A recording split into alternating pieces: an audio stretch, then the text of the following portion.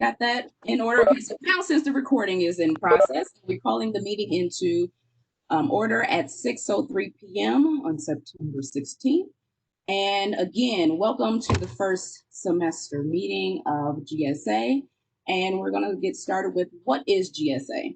So, we are a student led organization that is fit to voice your opinions to university leadership about your concerns, experiences, and reference or resources to help make your graduate student experience better. So, what we do, we serve almost 5,000 students and we have monthly meetings every fall and spring semester, which is always the third, I believe, third Tuesday and Wednesday of the month. They alternate. So if you go to our website at graduatestudentassociation.wordpress.blog.com, .org, then you would be able to see our schedule for the rest of the fall semester, at least. We are still trying to get the spring semester dates in order. But as far as what we do, like I said, we are the voice for you. So any concerns, anything that you would want to find out about what the university is doing or any resources, we are here. And we also have our executive board. So starting off, I am Brittany Jones. I am your GSA president for this year, 2020 through 2021. I am a fourth year PhD student in the Department of Geography and Planning under the College of Arts and Letters. And my past experience with GSA, I have been a representative for the College of Arts and Letters for the past 2 years. And then before that, I was a member of GSA.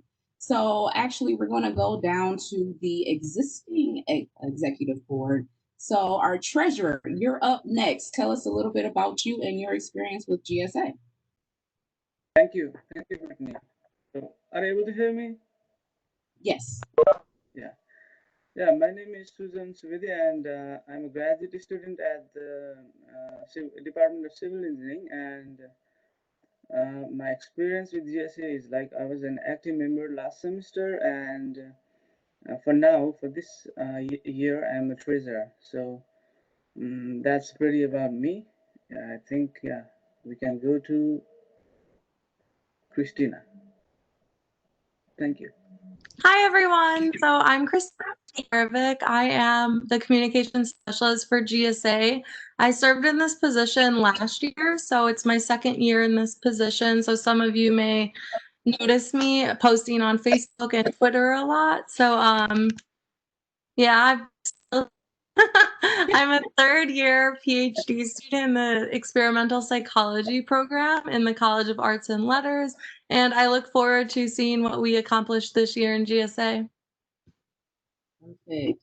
And as you know, as you see on the agenda, we have some vacancies to fill within our executive board. So more information will be given about that later on in the agenda. So as far as the college representatives, we do have one verified college representative, and please forgive me for pronouncing your name, but Dewakar Casey from the College of Engineering. If you're here, would you please introduce yourself?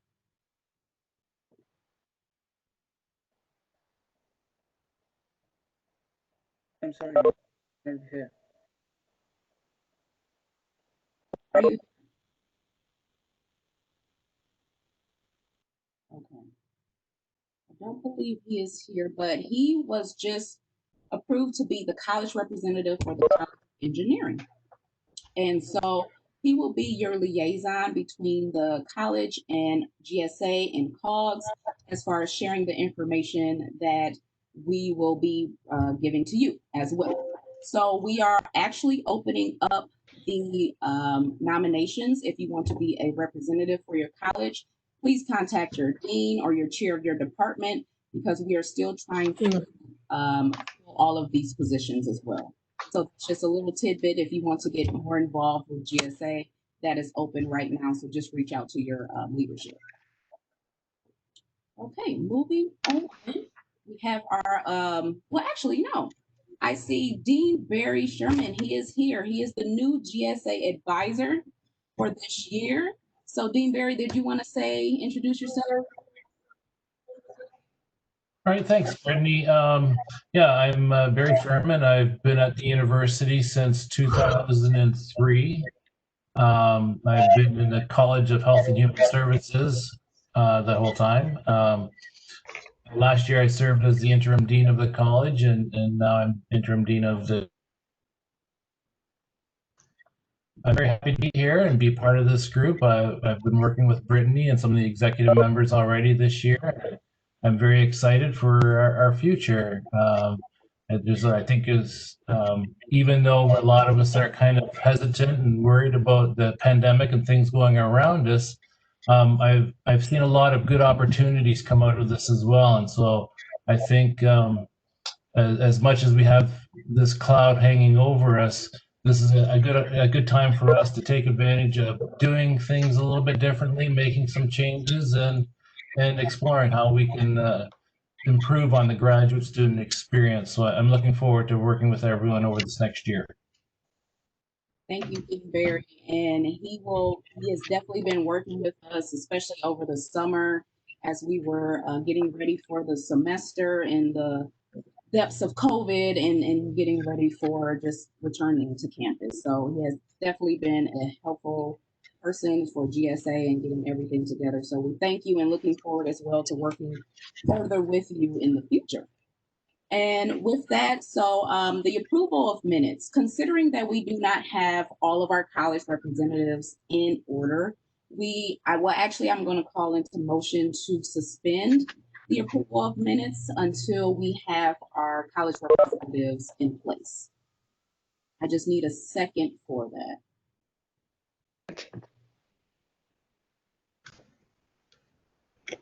from one of our executive board. That. Thank you. All right, so we're going to suspend that and then we'll revisit it next month once we have everybody in place. So the next on our agenda is our budget report and update from our treasurer. Thank you. So I'm going to share my screen.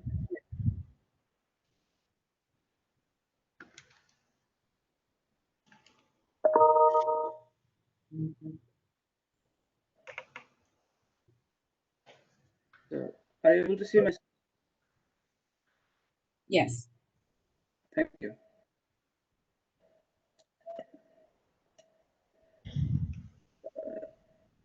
Okay, yeah, now I'll start over. Yeah, as I already introduced, so I'm of graduate student for this year. I like to write, we go with the budget update. So we have $154,000 for GSA for this year as well, like in the past. So for this year, we have like tentatively proposed the um, budget, and it will be like $1,000 office, $9,500 for MTI, be like held in the spring semester, and I have like 1,250 for GSA assembly meetings. Probably, if everything was fine, we can have an in-person meeting in the spring semester. So, and since all of the travel has been banned by the university, so the travel reimbursement fund have been cancelled, and we are like looking into some of the incentives to provide to the active members, and so we have like put $11,000 as an incentives to the active members. In fact, the e-board will walk in the days to come and provide you with the updates. And for the communicational and promotional purpose, we have like proposed $2,500. And for the events that the graduate and professional organizations can hold, we have like proposed $35,050. Unfortunately, we did not spend any of our money in the welcome week, and so this is the tentative budget that we have scheduled, and we have like unallocated budget of 23,878. So we'll have some of the events lined up in the coming days, and then this money will be utilized in that.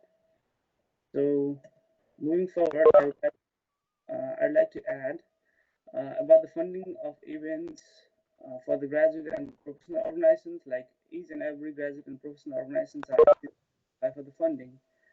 And for that, in this situation of coronavirus, they need to at first receive the permission from the university even before planning for an on-campus event. However, virtual event can take place. So this needs to be noted down. And so another thing that is very important is that the transfer of the funds, this also includes the research fund, will take place at the end of the fiscal year, not as soon as they will be like asking for the money. And for this, they will have to submit all of the payment receipts to GSA as well as COGS. And these are some of the documents that the proposing organization should provide to the GSA when they propose for the money. Like they will have to have like breakdown of the expenses, budget of this year event, flyer that includes the logo of GSA, and they need to have an explanation of how the events will help the graduate students. To be noticed that no funds will be transferred to the organization until after all the expenses are posted to their account number. And after this has been done, then only GSA can commit the budget. So this needs to be noted down. And regarding travel reimbursement, because of the travel ban, until the finance and president removes the travel ban, the reimbursement has been cancelled this year. And of course, if any new developments regarding the travel policy is into action, we will just circulate in a timely manner to you all. And we have a budget review committee. This review committee will review the event funding that organizations, graduate and the professional organization proposes. And then as for the discretion of the budget review committee, the either the proposal will be approved or will be rejected, or like they may be asked to edit some of the part of the proposal and then can be reviewed again. So for now, we have thought of meeting at least twice before each of the monthly general assembly meeting, but this may be decided later. So in the past year, we had like 4 members and me, I mean like the treasurer as the chair. So we have one position already filled. So we have like 3 open positions now for the budget review committee. And if any one of you are interested in that, please contact me. This is my email address. In fact, you can find this in the GSA website as well. So that's all update from my side. If any of you have any questions, yeah, you can raise me, or else I'd like to hand over the floor to Brittany. Thank you. Thank you. And yes, I see that I mispronounced the website. So it's Graduate Student Association blog.wordpress.com. So that will where you will find all of our information. And we also have a Facebook page, which is University of Toledo's Graduate Student Association. So go and be a member, and also make sure to put the Graduate Student Association as one of your memberships in the involvement network, so that you can keep track of all events that we will be posting, as well as news and just updates from GSA as well. Okay, thank you. Thank you. Let's see. Can you still see my screen, or do I have to? No, I'm not seeing your screen now. I'm doing it again. Yeah, now. Okay, now we're good. Okay. So next, as you all have heard, is that the students have had a new insurance provider established for this year. And to introduce what is in store as far as just any questions that you had regarding this new insurance, we have Leanna Watkins, formerly known as Leanna Glick, who has been the liaison for our student insurance policy. So I believe Leanna is on here. I saw her name. So whenever you're ready for your presentation, please go ahead, Leanna. All right, no problem. Let's see. Share my screen here.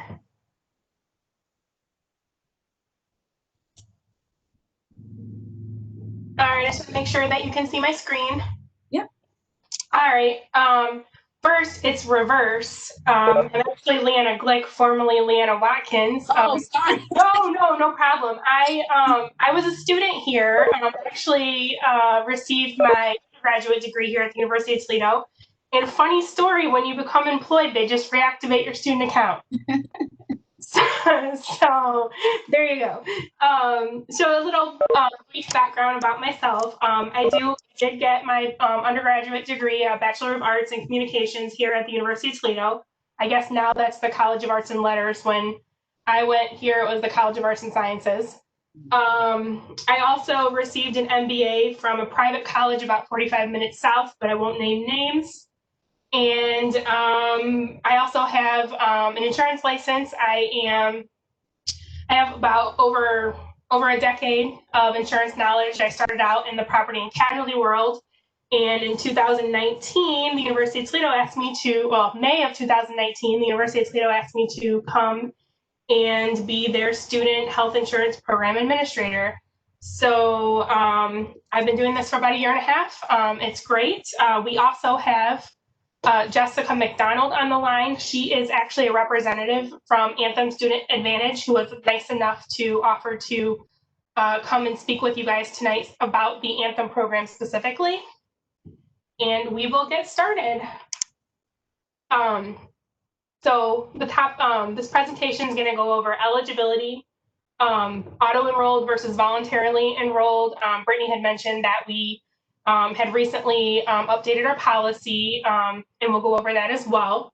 How to waive coverage if you're automatically enrolled, how to enroll if you would like to enroll as a voluntary student, medical prescription drug plan coverage and premiums, dental plan coverage and premiums, vision plan coverage and premiums, and then also we'll provide you with vendor and Toledo staff contacts as well.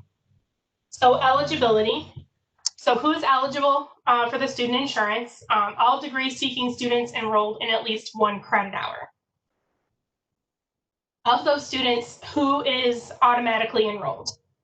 A domestic student registered for at least 6 credit hours, graduate or undergraduate, international student registered for 1 or more credit hour, and then all students who participate in patient care and or are required to have health insurance by their program. How do we pay your premiums? So if you're automatically enrolled, you're going to remit your premium payment directly through your student account. If you choose to voluntarily enroll, you're going to remit your premium directly to the vendors. So what does automatically enrolled versus voluntarily enrolled mean?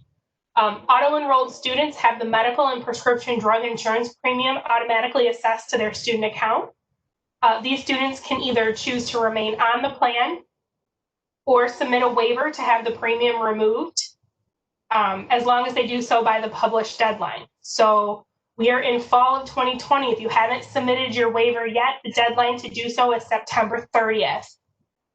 Once you submit that waiver on September 30th, it would carry over through the rest of the academic year, but you would need a new waiver each academic year. If you do not waive in fall, but you would want to waive in spring, that deadline is January 31st. Again, that would carry over through the remainder of the academic year, but then you would need a new waiver in fall of 2021. Summer is for students newly enrolled to Toledo only, but there is a summer deadline of July 1st. What does it mean to be voluntarily enrolled? Degree-seeking domestic students enrolled in 1 through 5 credit hours can choose to voluntarily enroll in the medical and prescription drug plan. These students would pay their premium directly to Anthem Student Advantage. Dental students, all eligible students wanting to add dental or vision coverage will also need to voluntarily enroll to pay their dental premiums directly to the dental carriers. Okay, so the very first question, and one of my frequently asked questions, is how do I waive? It's really easy. You go in through your MyUT portal, select health insurance enroller waive. You're going to select the term and then request waiver. When you log into your MyUT portal and you select request waiver, this is the screen that's going to show up. There's a radio button that says request waiver. That would be where you would request your waiver. Once you select that, this is what the waiver screen looks like. Again, you would need to have insurance coverage under another plan, but you enter in your information and you select submit. Sometimes it can take 24 to 48 hours before you see that premium removed from your student account. But just know that once that is accepted, once your waiver is accepted, it will remain on your student account through the remainder of the academic year. So if you waive for fall, you wouldn't have to worry about it again until fall of 2021. Okay, so what about those students that want to enroll? Same process. Log into the My UT portal, select health insurance, enroll or waive in the My Toolkit, select the term, and then select enroll. And then you will be taken to Gallagher Student Health and Special Risks website. Anthem Student Advantage has tapped them to assist in the enrollment and collection of premiums for all lines of coverage for medical, prescription drug, dental, and vision coverage. So again, here's what the screen would look like. You would select enroll, and then it would take you to the Gallagher website. And from there, you would log in using your UTAD and password and select the coverages that you would like to enroll in accordingly. So at this time, I'm going to go ahead and hand off to Jessica McDonald. She is our customer service representative at Anthem Student Advantage. Jess, are you there? Hi, good evening, everyone. As Leanna said, this is Jess McDonald. I am the account executive over here at Anthem Student Advantage, and we are super excited to be working with Leanna this year and the University of Toledo team and servicing all of you for the 2020-2021 school year. So what I thought we would do is just take some time to talk about the medical and prescription drug coverage, go through some details and some highlights about our student health insurance plan that makes it unique and beneficial for the University of Toledo students. And I think we can go to the next screen, Leanna.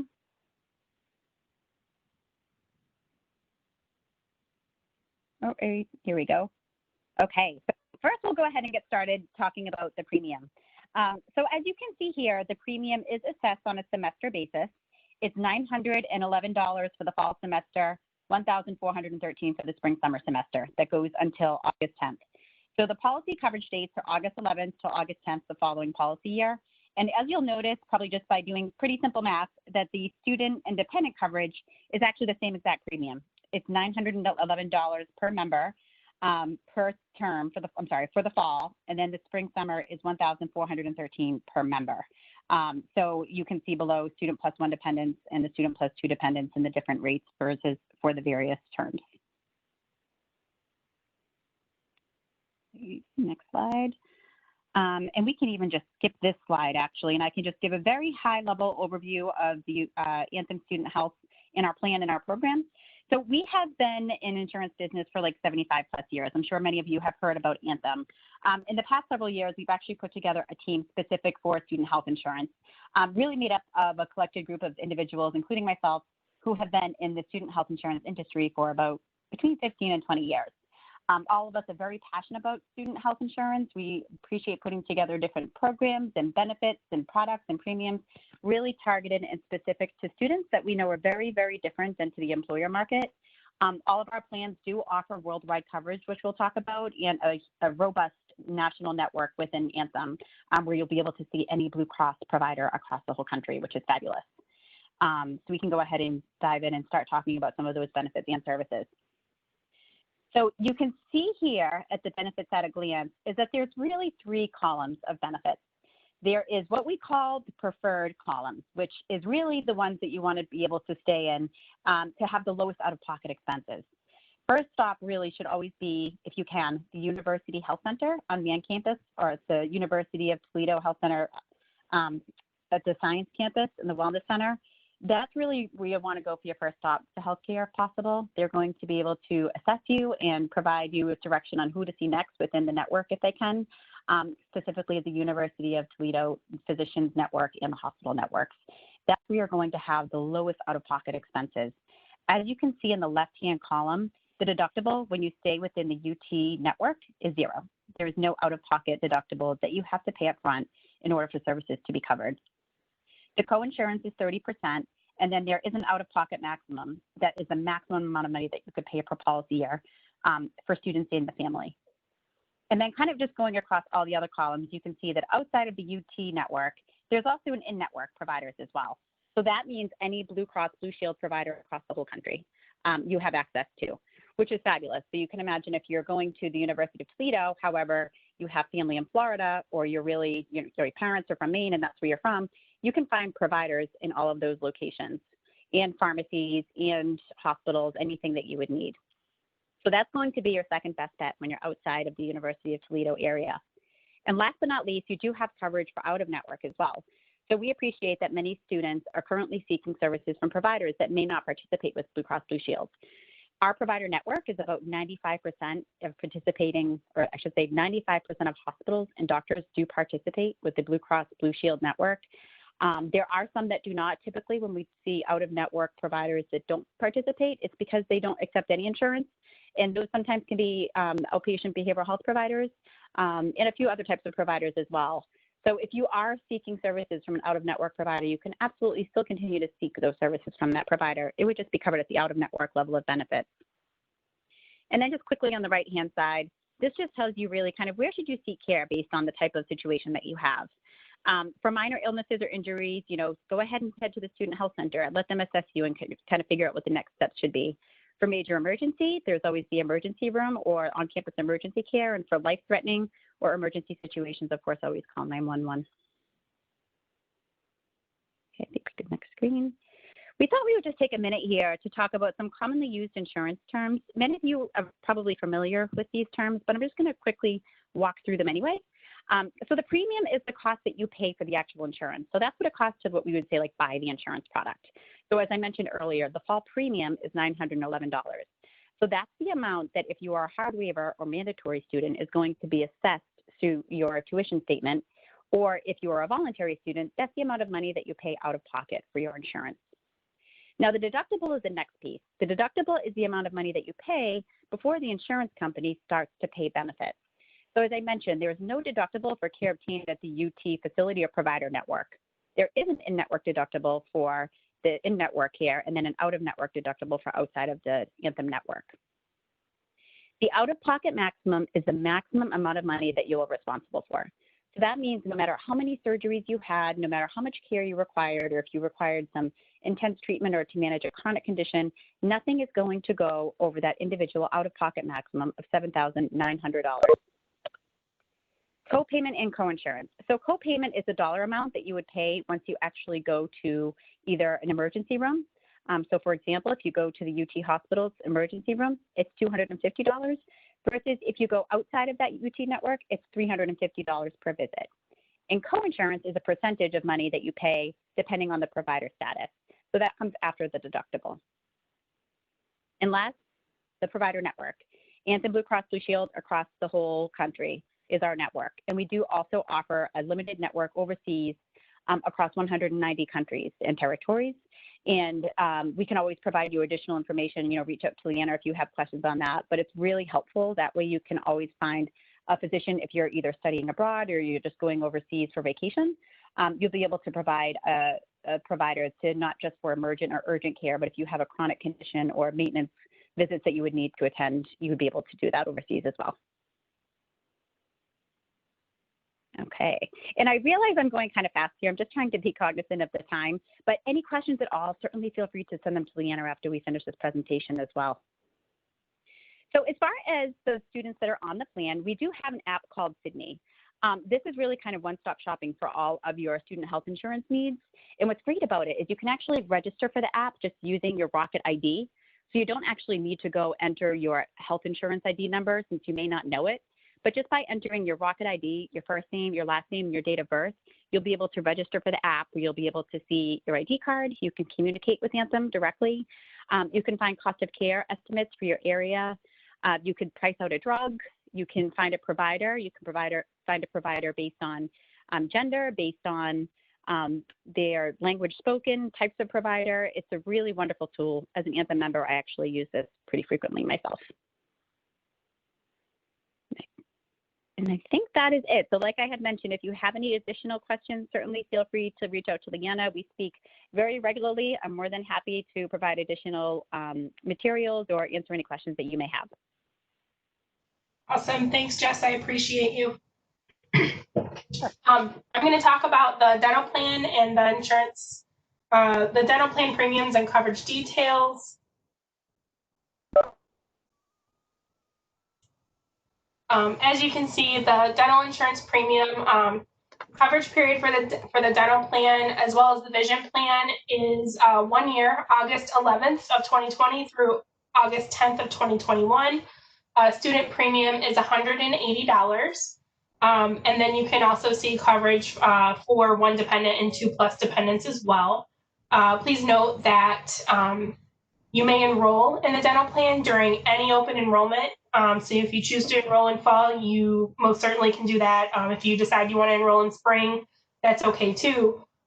But it's also important to notice that the premium's not going to change depending on when you enroll. So you will have the most, it would be most beneficial to you because you would have coverage effective August 11th through August 10th for that 180, as opposed to enrolling in spring and having coverage effective January 1st through August 10th. Again, premium is annual. It's not subject to proration, meaning if you enroll in spring, it's not going to be less. It is an annualized premium that you will pay for the entire year, no matter when you choose to enroll. Right here is coverage details in regards to the plan. As you can see, preventative coverages like cleanings are covered at 100%.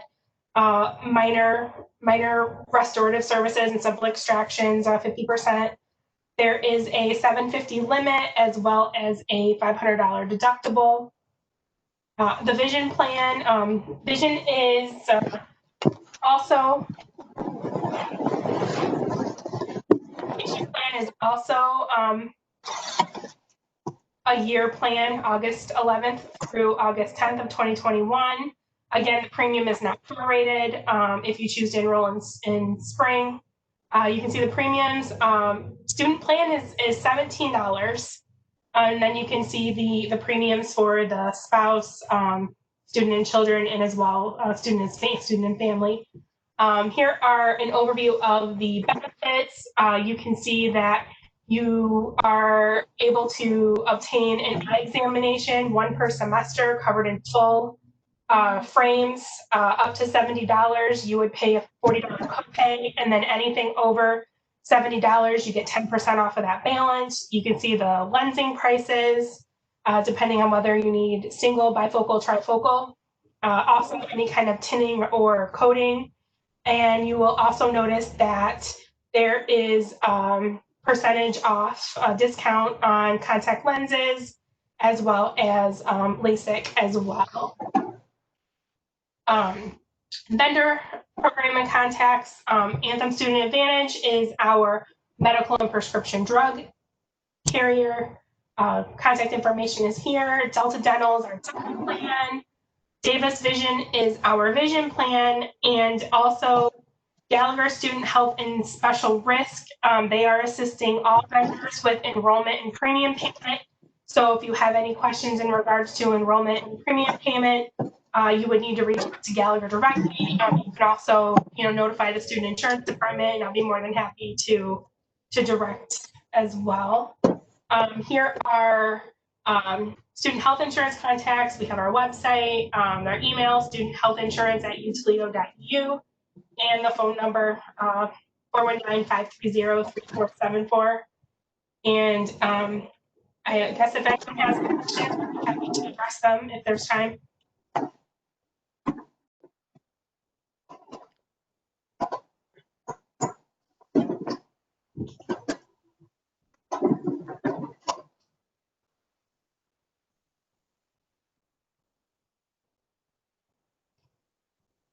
If not, I would like to thank the GSA for the invitation. I really appreciate our partnership. I look forward to working with you, and I appreciate any feedback that you have. Especially, we're always looking to try to make the plan better, so we listen to students. So again, please give me a call, send me an email. I'm more than happy to answer any questions, and I will talk to you soon. Thanks. Thank you, Leanna and Jessica. If you don't mind, could you put your email in the chat box? Also, as a reminder to all the members here, please put your name on the attendance sheet. And you see it's a little bit of conversation going on, so stick to the chat box because we'll be doing links and everything for different resources. And also with the agenda that you had received, there are some links to get even more information concerning the insurance and just alternative insurance as well if this is if you don't fit into that. So from there, if we don't have any questions, we can move on to Dr. Amy Thompson, who is a professor at School of Population Health, and also the Vice Provost for Academic Affairs, in addition to helping with the university guide the COVID guidelines for the semester. So I give it up to Dr. Amy Thompson. Hi, Brittany, and good evening, everybody. It's nice to be. This is my first GSA meeting that I've ever attended, so it's been nice to just hang out and listen to some of the things that you all are talking about. And I also want to say that I've had the pleasure to work with Dean Sherman for a number of years, so I know he's going to do a great job working with all of you. So these are exciting times for you. I have had the opportunity as a professor of public health and in my role as vice provost, as Brittany said, to kind of lead the pandemic operations team for the university. And first of all, I want to say thank you to Brittany, who has been kind enough to get up every Tuesday and Thursday morning at 8:15, very early, I think, probably for some graduate students, and attend our meetings on a regular basis. And she has done a fantastic job representing the graduate student perspective on our calls. And I want to tell you that it's personally very important to me that as we make decisions as a university, that we hear and consider the thoughts of our graduate students and our undergraduate students in terms of what are you thinking, what are you concerned about, what are the things that we should be, putting into our planning practices. So please know that your opinions are very valued by our administration, and we appreciate them. And Brittany obviously is kind of a great vehicle for you to share those thoughts, and she certainly has shared them in our meetings. So just to kind of give you a summary of where we're at, and we've been at this since last spring. Our committee basically constructed a plan to shut down the university, worked all summer to construct a plan to bring us all back, and it's great to be back on campus. I am proud to say that we are doing a fantastic job in terms of returning safely. If you've not had a chance yet to look at our COVID-19 dashboard that is located off of the Keep Our Campus Safe webpage, where it's got our weekly numbers from starting August 17th. So each week on Tuesdays, we report the numbers from the week before, and there's a couple of ways we collect that information. One, we are doing random testing of our campus from faculty, staff, and students. Some of you may have gotten emails being selected to randomly participate in our saliva-based PCR tests, and this is at the Glass Bowl on Tuesdays and Wednesdays. And I highly encourage you to think about participating. The more students and faculty and staff that we can get participating, the better.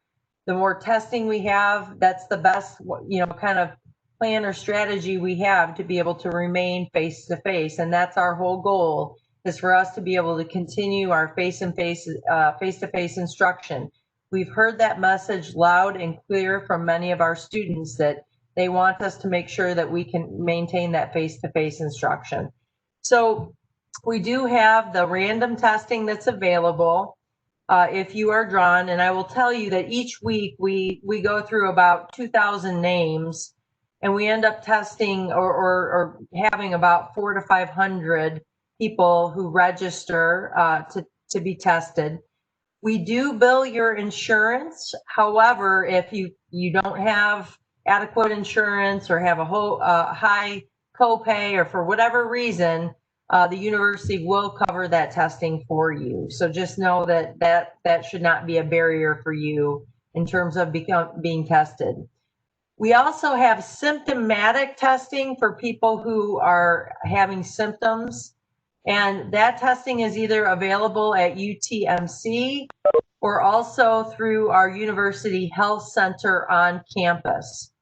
We have one central testing number that we are referring our students to, and I'm going to say this twice, but that is 419-383-4545.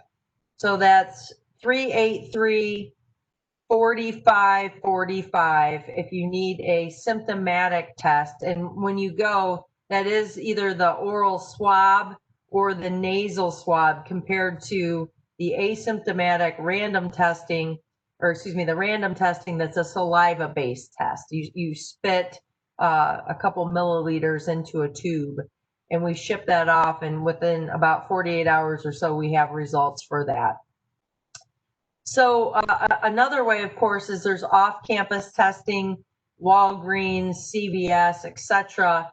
We really encourage everyone to use our on-campus resources when possible, just because you get your results back quicker. Also, if you are to test positive for COVID, on our website, there are designated individuals that we are asking you to self-disclose so that we can assist with contact tracing. University has hired 10 contact tracers through the health department, through the school population health. We have a faculty member that helps oversee that with the health department, Dr. Joe Dake. And so in order to help us be able to know who you've come in contact with and to really shut down and mitigate the risk on our campus, we're asking everybody to self-disclose that. So from the student perspective, that contact individual is Valerie Walston in Student Affairs. And again, that contact information is on the Keeping Campus Safe website. If you go to, what do I do if I'm COVID positive? There's a list of contact information in terms of who you would notify. But we do ask that you provide that information so that we can assist you. If you need help with accommodations for your class, if you need to miss class, we really want to be supportive of our students during this time. You also should note that we've done lots of things on campus to try to make sure that if you have to miss class or have to go remote, that we are trying to provide every way to access class lectures. So faculty have been asked to record any face-to-face or remote lectures that they have. So those should be available to you as well. So we have testing on campus. As you know, we have required face coverings. So our policy is anytime that you are indoors, unless you would be in a closed office with the door closed, you should have a face covering fully on, up over the nose, right? We see sometimes people wearing masks in lots of interesting ways, but fully up over your nose. Across campus outside, if you are social distancing from people, you don't need to wear a face covering, but again, practicing social distancing. And in the classrooms, you've already seen that, we've thinned out and de-densified our classrooms. We do not have classes that are 50 and above that are face-to-face for the most part. Those have been pushed online. And we will continue to do that same practice in the spring. So we've done lots of things to try to make our campus as safe as possible. Brittany has seen our very lengthy 100-page planning document that we have planned for every scenario we could possibly think. And so far, when you compare our numbers, last week we had 38 new cases on our campus. Our numbers are very, very reasonable compared to some of our peers. If you look at other institutions, they're having a lot higher cases than we are. And I want to say thank you. Thank you so much to those of you that are really helping us in, social distancing and not participating in, large gatherings and partying and those kinds of things, because those are the things that would cause us to have to pivot. And I can tell you, I've seen this because I help Dr. Dake with kind of helping students that have been diagnosed as COVID positive.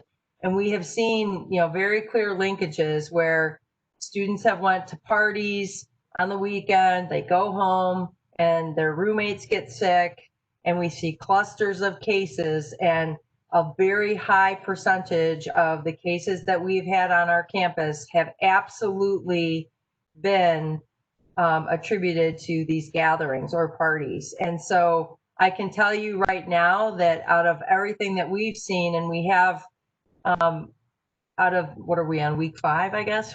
Week 5, I think, that we have a total of about 256 cumulative cases, which again is very, very low, that we've seen 0 classroom-based transmission. And so again, I think that speaks to the important thing of we're doing a great job in the classrooms. People are social distancing, wearing their masks, but it's the stuff that often is happening outside of the classrooms that we're really asking for your help and your support, and kind of reminding your peers about too, because coming from this from a public health standpoint is I'm looking at these institutions, Alabama and some of these other places that have thousands of cases, and one event can cause a huge number of cases very, very rapidly. And that's what we absolutely do not want to have happen on our campus. And so everything that we can, ask for your help, we would like to do so. So I'd like to stop there and pause and answer any questions that you might have for me in terms of our COVID response or anything that you might be wondering. I did see a question in the chat about the setup for spring. Our spring schedule has been already submitted by the department chairs. Registration, I believe, starts coming soon here in October.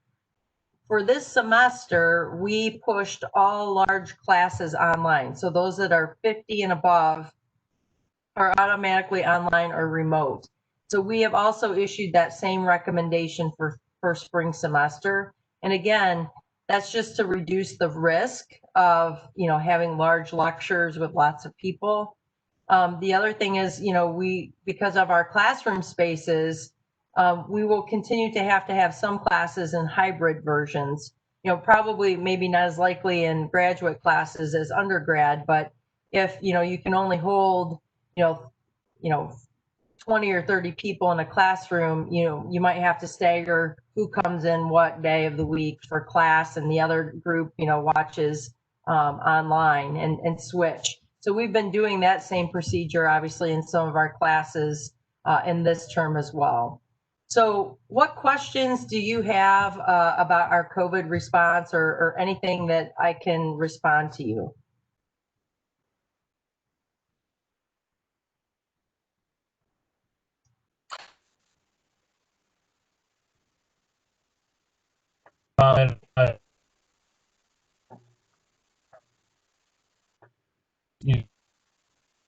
Multiple roles, both student also they feel when they're in instructional role, they're running into students who are not masked. We do have ways of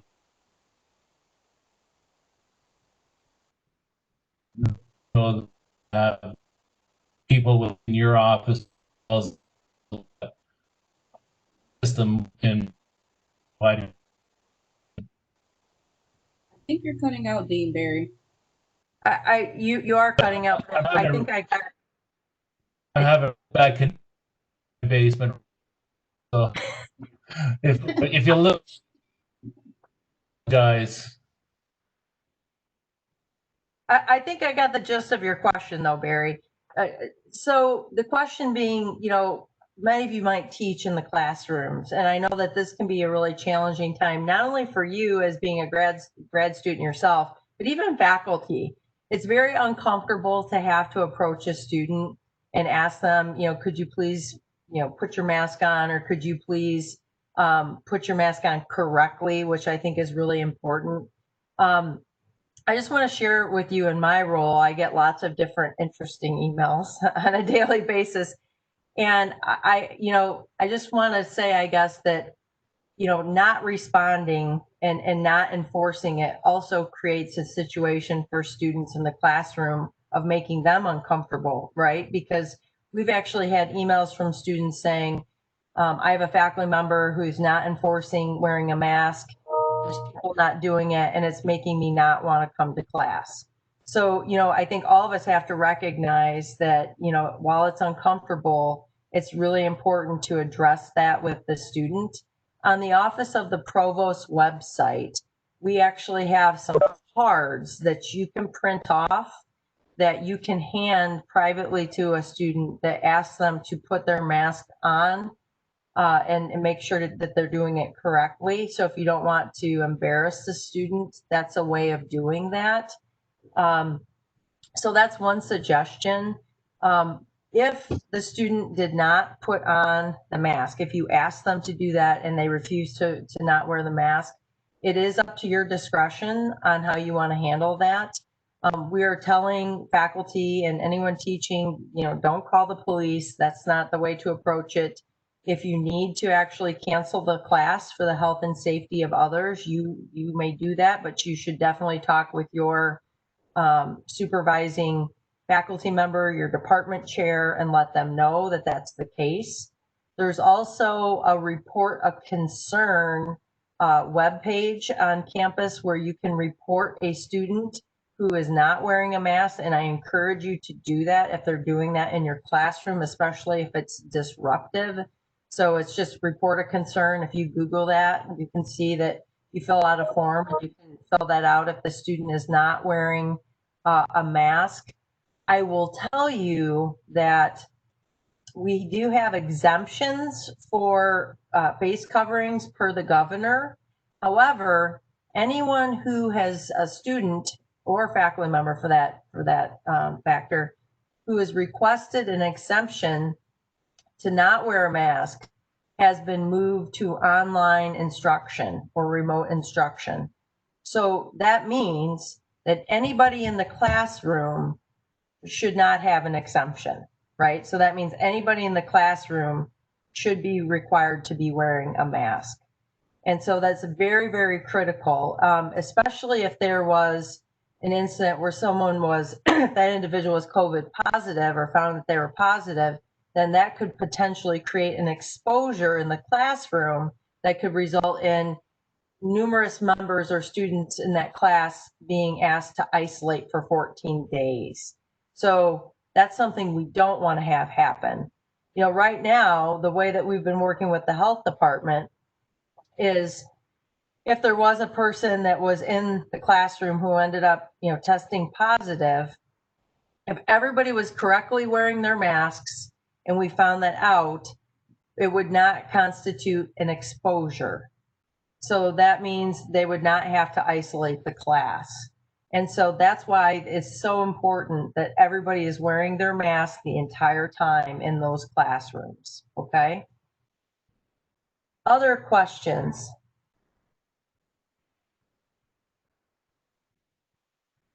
Or comments? Any other questions or comments? I just want to say while you're thinking, I really am grateful and thankful for all the great work that you all are doing. I know that this is a heavy lift, not only as a student and as somebody who's teaching. We've asked you to adapt to a lot of things, and might be learning Blackboard in different ways, or Collaborate, or Echo 360. And so I know that this has been a heavy lift for everyone on our campus, and we really appreciate all that you have done to help us, create a good and a good instruction for our students. Thank you very much, Dr. Thompson. Could you please put your email in the chat box so if students want to reach out to you for any other circumstances, they can reach you. And again, if anybody wanted to follow up with any questions or comments, please forward all of that to Dr. Amy Thompson. That sounds great. Thank you very much for attending tonight, and hope that actually helped with some of the craziness that's going on campus right now. So Thanks for inviting me, and thanks for all your participation, Brittany. And it was a pleasure being here. Thanks, everyone. thank you very much, and you're welcome, and look forward to Tuesday. So as I just received some emails that we have some representatives here.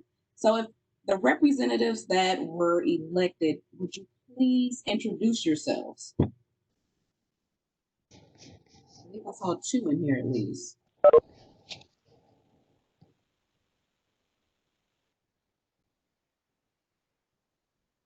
Are you here? Hello. Oh, yeah, we hear you. Hello. Yeah, I'm Diwakar Kes from College of Engineering. I'm just elected as a representative yesterday, the day before yesterday. I'm not sure. Yes. So Go ahead. So I'm the new member, and actually I am unknown about these things. That's all. Oh, yeah, no problem. Yes. So that is one of your college engineering representatives. And I believe Justin Frieden is here. I think he came back. But if not, then he is your representative for the College of Medicine and Life Sciences. Yes, yep, Lauren. I saw him. He was here earlier. I think he had stepped out or something like that, but he had emailed me. But Justin Crean, he is again your college representative for medicine and life sciences. So if he pops back on, I'll give him a chance to introduce himself. But in the meantime, in order to, of course, respect you all's time, we're just going to see through this. We have an hour left. And we have some big announcements as well as we move forward. So I'm going to share my screen.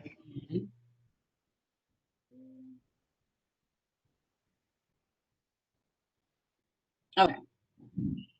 So as the agenda goes, now we're going to have get into the external committee updates. So all of the meetings that we have as an executive board or myself as president has been attending, and what that and what they were talking about.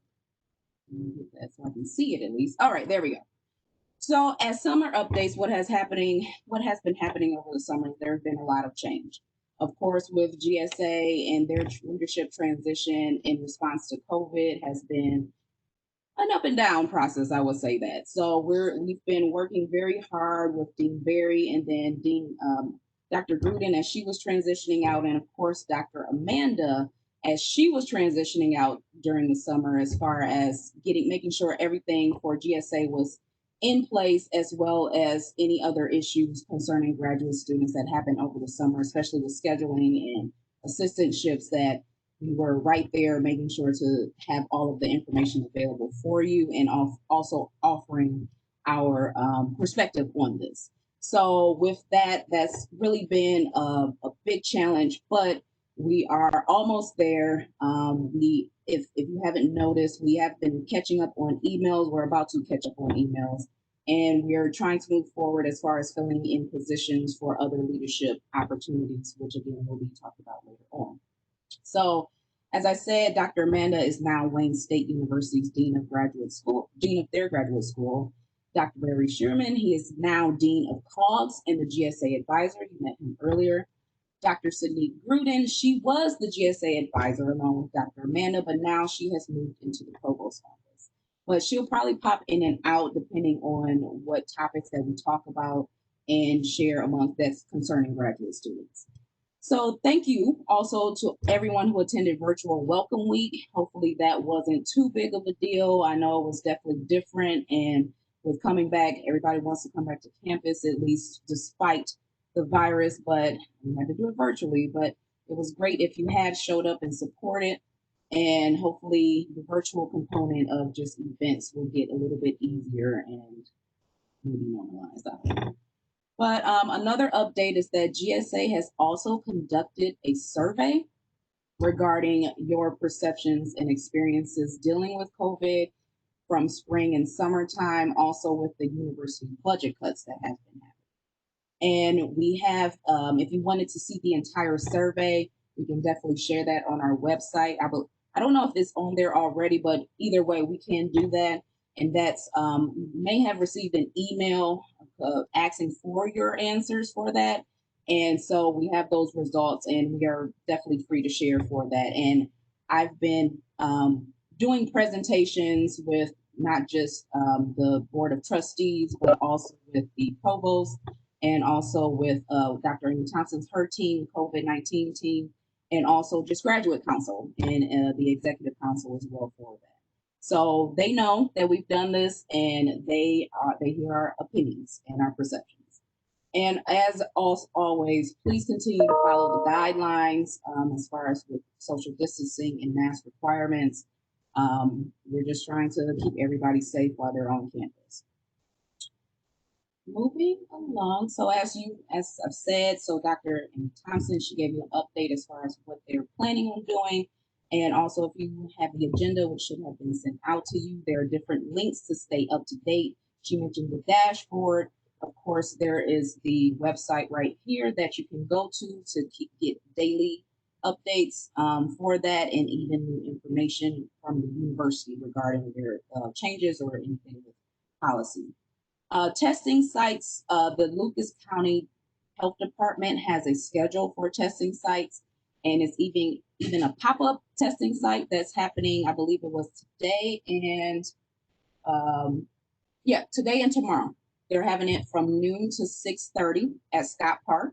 So if you wanted to get tested, please, it's free, it's anonymous. Go there and just get your test if you're curious. Also, other discussions concerning the COVID-19 team. They are discussing acquiring student housing over winter break in the event that students would like to stay instead of going to their families, as far as protecting themselves and their families from the virus. So that is being a discussion point, and actual action is taking place. So just be prepared for even more information for that. And as always, please sign your student safety commitment form regarding your mask mandates and the social distancing as well. The Graduate Council, and the Executive Committee of the Graduate Council, again, as you may have heard, as far as graduate assistants, as you may have experienced, they have not been, well, they weren't paid on time, but now everything is back in regular standing. And from that, it generated more negative press regarding the status of graduate students within the university as a whole, and also just shed light on the inadequacies of the process of assistantships and getting paid out and paperwork for that. So Dean Berry, along with the rest of COGS, are definitely working in order to make that more efficient, more streamlined, and preferably transfer it to electronic, so it'll be easier for sign-offs and things of that nature, and communication too. So, of course, stay for updates on that. And then also, again, due to budget cuts, some students, international students, incoming students that were deferred for fall going into spring, due to, again, budget cuts, they may not be able to be funded. So that is still a big topic as far as overall assistantships and just the future of just graduate studies here. So just keep posted. We'll keep you posted on that. And in the meantime, continue to utilize the Rocket to Rocket and the CARES Act funding. They are there to make sure that you are not left stranded and to help you in your time of need. Again, be patient, because there are extreme staff cuts due to the budget cuts. So response times may be very, very slow, but please keep in mind that they're working with very limited resources. And of course, there is discussion of more distinction and definition between a graduate assistant, a teaching assistant, and a research assistant, and also how it would look in terms of leave for holidays or days off and things like that. So that's something coming down the pipeline as far as with graduate council and calls in general.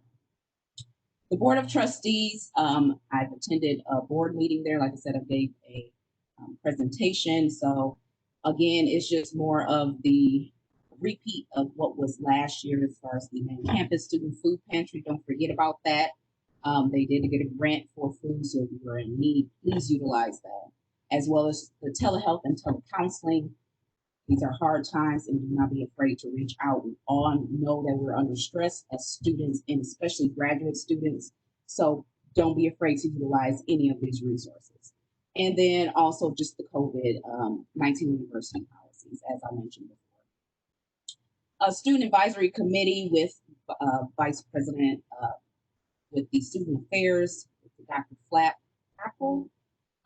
Really is more of the changes that's been happening in the food vendor. So we are now with Chartwells, and you may have received other attachments in the email regarding Boost app for delivering food to if you're on campus working or even want to check out what's in the student union right now. So we have those documents available if you have not had a chance to look at those. And also just, again, abiding by the social distancing guidelines. With that, is there any, have I missed anything? Is there anything that you have been hearing on campus that we may not have been aware of? Because I really want to get your perspective on, what should be prioritized for this year, this semester. I mean, we've hit on big points as far as right now. So I really want to hear from you all. What should GSA be focusing on? Or are we covering bases? So I really want to hear your opinion. And the floor is open for right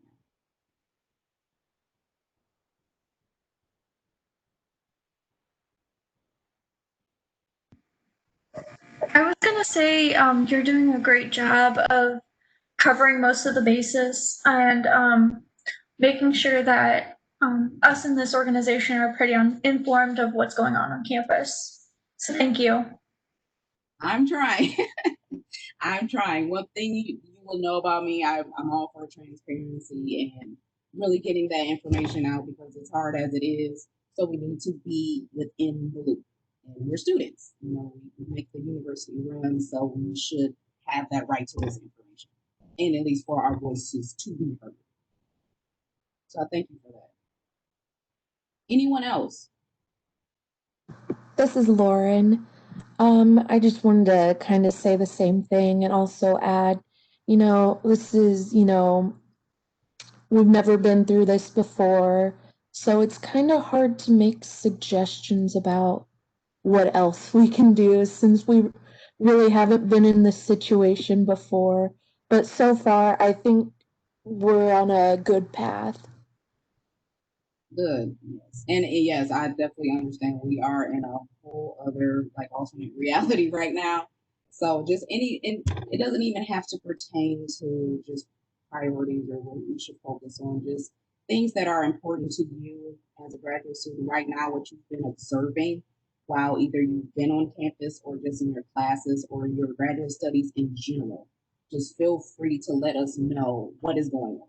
And again, please grant us patience because we're trying to catch up on things as well. But you are heard, so don't feel bad about it. Anyone else have anything to say?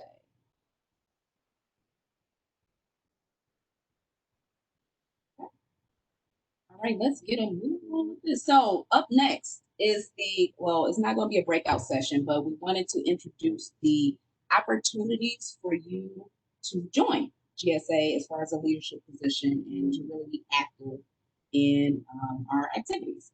So I'm not, as again, we're still trying to get the representatives in place, but with the committees, so just take a look at the list, see what you're interested in. I can tell from experience, I was the chair of the Professional Development Committee. And so the main objective for that is to bring professional development opportunities to you all. So that will be just partnerships or just events concerning resumes or how to do a conference presentation, things of that nature to get you ready for work and or a business if you want to be an entrepreneur, things of that nature, but just getting out into the world after you leave college. So I can tell from that was a good committee. Public relations is more of course, PR, marketing, branding, social events, pretty straightforward. It may, with this year, we have to see about the social events committee because that'll definitely have a change considering social distancing. So stay tuned for that.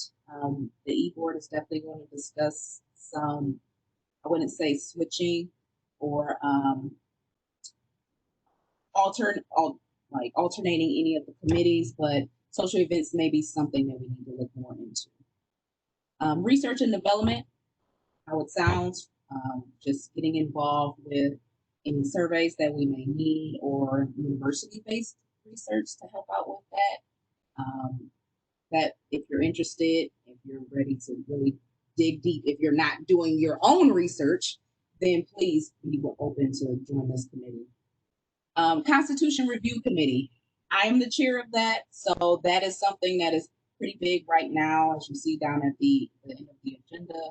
We're going to be amending some things on our Constitution, so that is just reviewing the Constitution, making sure that everything is updated, that we're abiding by it, and all of the components are within there. And if something changes due to whatever reason, then they will be the ones to review it and presented to the assembly.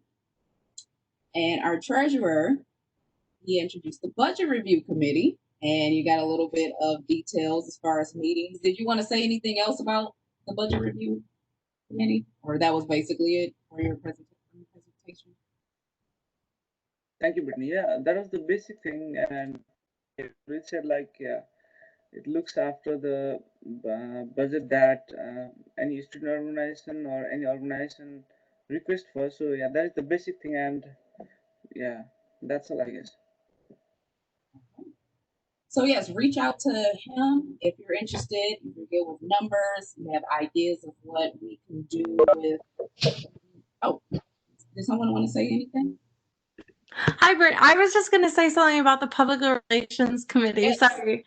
So I am the chair of that committee. So we have a couple of members I think are going to continue on the committee, but there's not a limit. So there can be as many people as want to be involved in it. So the main thing that I'm going to be trying to do this year on the Public Relations Committee is to start a GSA newsletter. So to kind of get the the information out about GSA, but also so students have the opportunity to write short articles about their experience at UT, but also like different things that all graduate students need to know. So like applying to jobs, what resources are there when you're applying to academic versus non-academic jobs?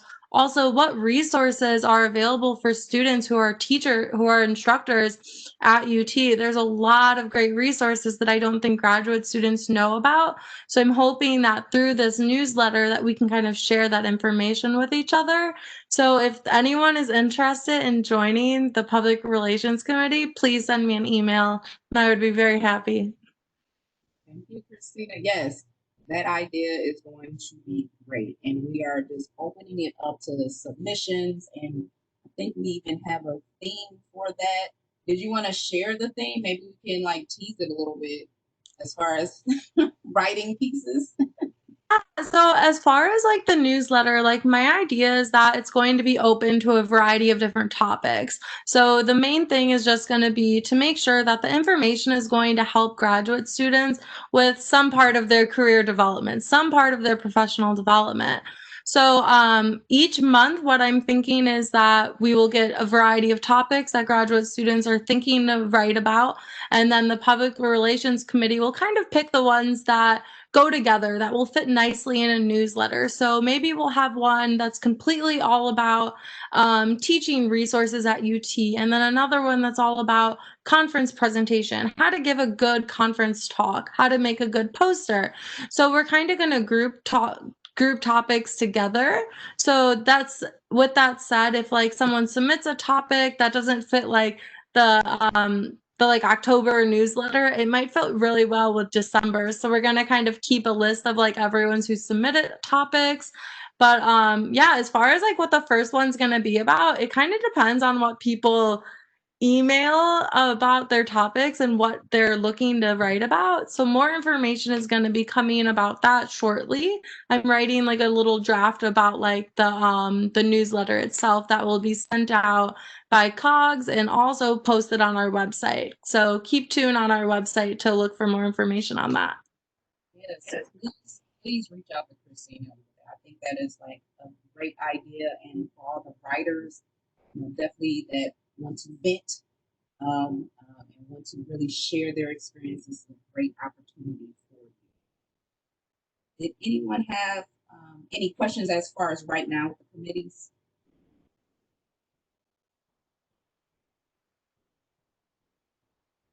So with the Special Interest Committee on Health, I believe that will still be going on concerning the health insurance, student health insurance, and being that liaison and voice for students when it comes to that, and also mental health and just keeping us tip top shape as we go through this journey. So there will be more information on that. I believe the past president was the chair of that. So if that's the case, then I'll be the chair. So just look out for other information as far as meeting information or just more about that committee. And I believe that was all of the committees that we have. So if there's anything that is changing, if we need a special committee, be sure that you'll be the one to know of these changes. And please, we need all the help that we can get. So if you are just itching to do a leadership position, the committees are right there. And we definitely want you all to be involved because it's about exposure and, of course, networking. And it definitely helps with your graduate student experience when you can. I understand that everybody doesn't have time, but when you can, it'll definitely help. And it's good on your resume, so why not? Let's go to old business. Now, if you were here last year, then you would recognize Dr. Daryl Moorhead, who introduced the topic, the project for mentoring for students and faculty. And so I believe Dr. Moorhead, you should be on right now. Yes, I'm here. Perfect. So I give to you, Dr. Moorhead. All right, I'm going to, I guess I can start video. Not that anybody needs to see me, but all I was tasked with trying to improve graduate student mentoring at the University of Toledo. But things happened, okay? I have, ran into problems with COVID. They shut down the university and they sent us all home, so I couldn't get the project done. But over the summer, I discovered that probably mentoring was even more important because we were so disconnected from one another. And I spent a great deal of time simply communicating with graduate students in my program, and I began to wonder how the graduate students in other programs were doing. So I'll be very interested in hearing the results of the Graduate Student Association's survey. In the meantime, I'd like to bring you up to date on what I was doing because I think it's critical to involve the graduate students. Without the graduate students, there's no project.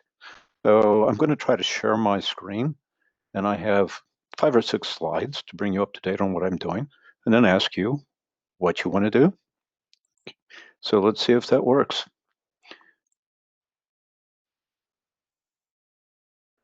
Okay.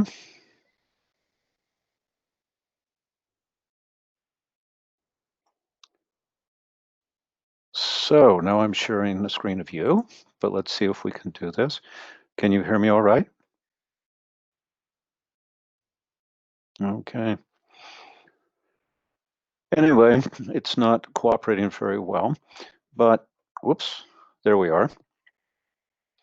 So my idea was to improve graduate student mentoring at UT. And I'm sure that people have told you that at this point in time, that the responsibility for success is yours. Well, okay, nobody can make you succeed, but that's kind of overstatement. Good mentoring improves outcomes, increases success. And it's not just one directional. It's not somebody just telling you what to do. It's important to match the advice that you get with the expertise that you require. But unfortunately, most faculty have no training in mentoring whatsoever, and most of us didn't have the best mentors ourselves. So we're shooting in the dark sometimes. Fortunately, the National Academy of Sciences came out with an up-to-date manual this past year. Now, it is the sciences, okay? It was by the National Academy for the Sciences, but they clearly recognized in this actually quite large tome that a lot of other disciplines had much better mentoring skills than what scientists do. So they truly mined the entire field, a suite of fields for academia. And they pointed out that the focus of mentoring is really to develop talent. And it's a two-way street. To do it best requires a melding of both the mentor and the mentee. And I want to focus on the ingredient. They came out with 7 very clear directives. And the 4 on the left-hand side most specifically focus on the experiences that mentees receive. And big surprise, number 1, socio-demographic diversity is important. You got to remember we're talking about STEM, and STEM is not noted for focusing on that issue. But finally, the scientists, the engineers, the mathematicians, and medical people have come around to realizing this. Secondly, it would seem to be a no-brainer that effective mentoring has positive outcomes for the mentee.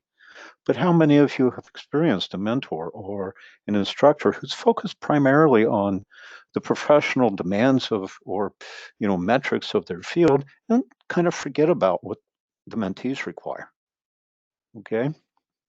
This report focuses on the full experience of the mentee. Then there's intentionality. You have to want to do it. That's all it says. And it has to be organized to be a mentor. And then finally, it points out that identities are important. This is critical for socio-demographic diversity because, for example, in STEM, we are notoriously low on women in STEM professions. Okay, that's just one focus. Can a woman seeking to enter the field identify themselves as a success in the field? That's what they're getting at here. And that's ignoring all of the other sociodemographic, ethnic issues that may be barriers to a person's view of themselves as a success in a particular field. We have a lot to do. Now, even with this guideline, it would be pretty much pointless for me to try to do it myself. I'm going to have to convince the faculty, the administration, that this is worth doing.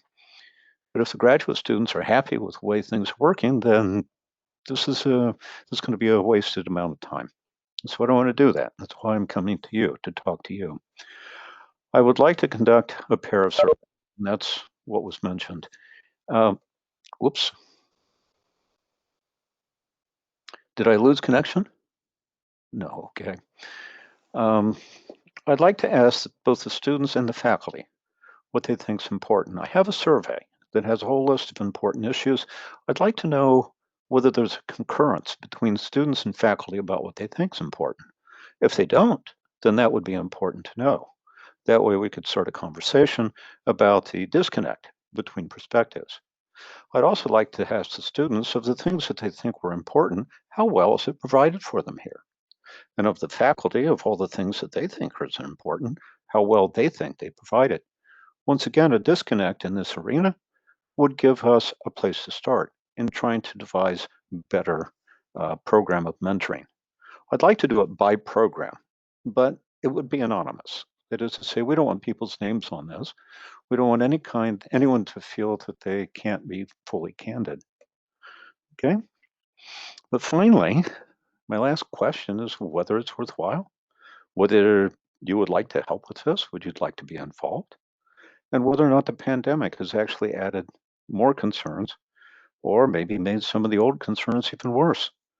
So That's where I want to leave this. If I can stop this, yes, I think I can.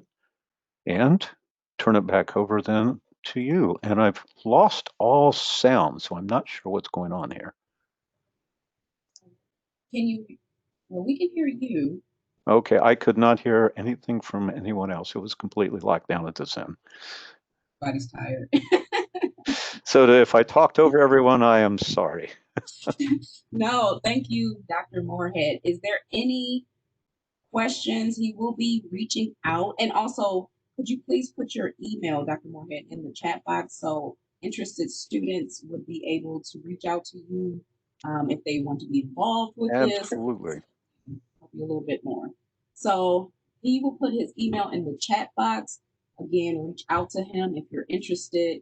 And any other questions or comments about this? I'd really like somebody who knows how to do this. People Yes, from sir. psychology, education. Yeah.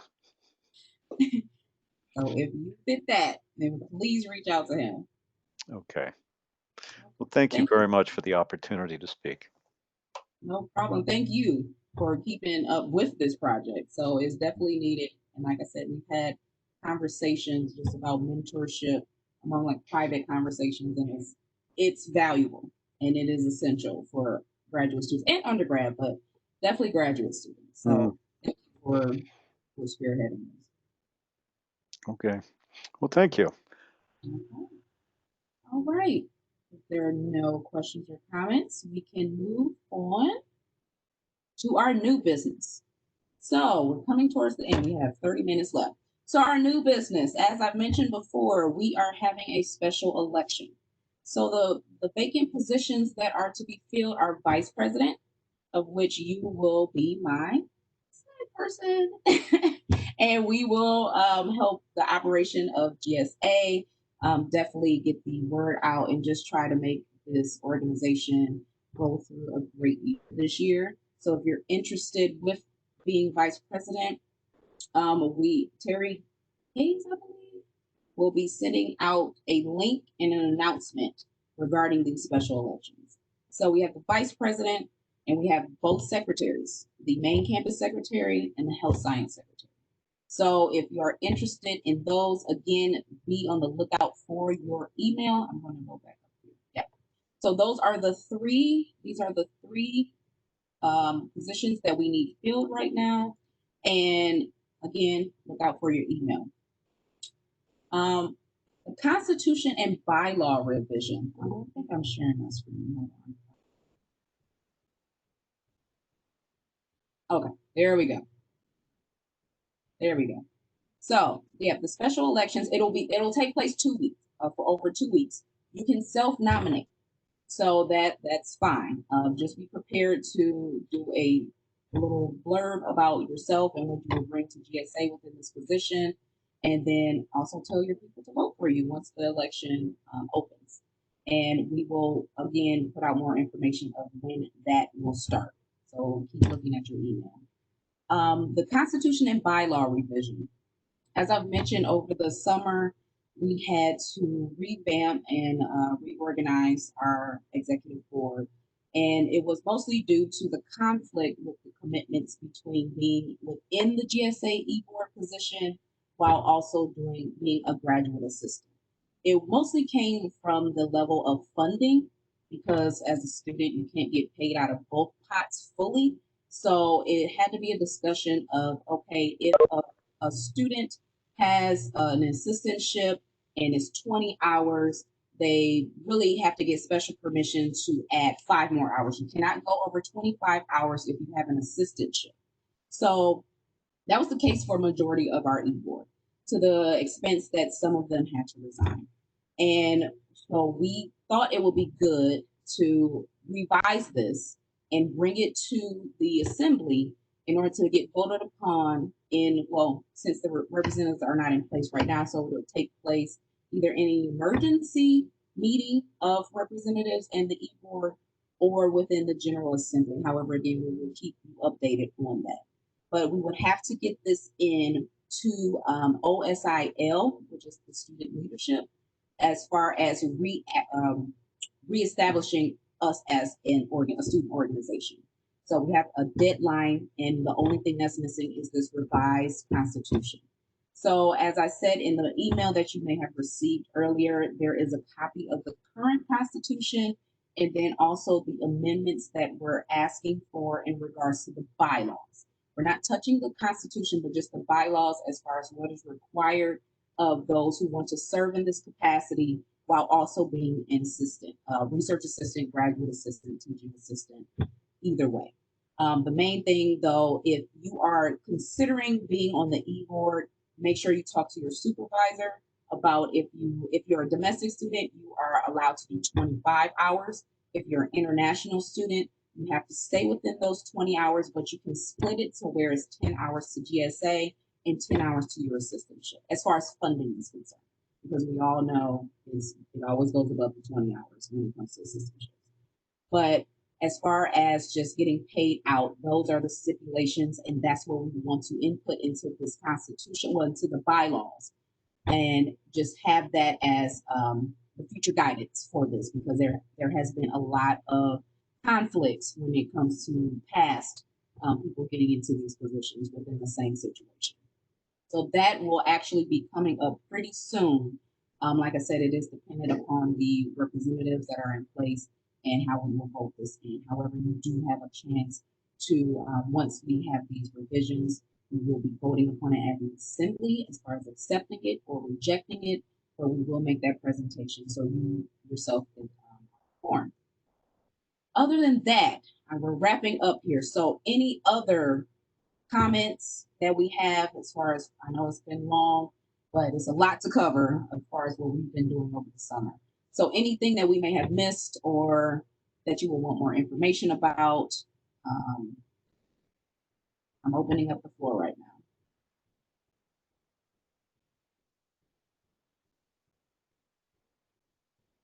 Okay.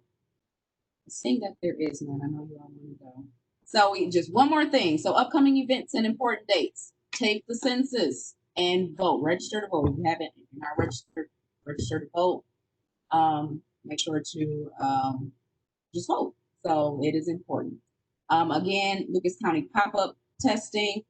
You're welcome, Becca. Yes, take the census. I believe it's September 30. So the end of this month is the deadline for the census information. And us geographers and planners, census is very important. Again, Lucas County pop-up testing. Like I said, Scott Park, the 16th and 17th. We have a brown bag series coming up. Well, not we as GSA, but the university. We're dealing with COVID-19 and race, and that is the 18th of this week. And there is the link right there. We also have the 17th Annual International Human Trafficking and Social Justice Conference. It is virtual. There's the link right there. It takes place September 23rd to the 25th. Also, JCPenney Rocket Suit Up, the 27th at Franklin Park Mall or Westfield, whichever one you prefer. I've been there. It's great. You get great deals, and it's amazing. So I would highly encourage graduate students to attend. They have lots of goodies and, like I said, good deals if you're looking for some interview professional wear, at least tops. So again, homecoming celebration activities starting the 27th through the 3rd. There's the link right there for the events. And Labor Day, we have no class on the 11th. And as you know, the end of the semester is at this basically around Thanksgiving break. It stops. So hopefully the rest of your semester is great. And is there anything else? Again, I'm gonna ask, so we won't miss out. But is there anything else that you would like to share? Any events, announcements before we close out?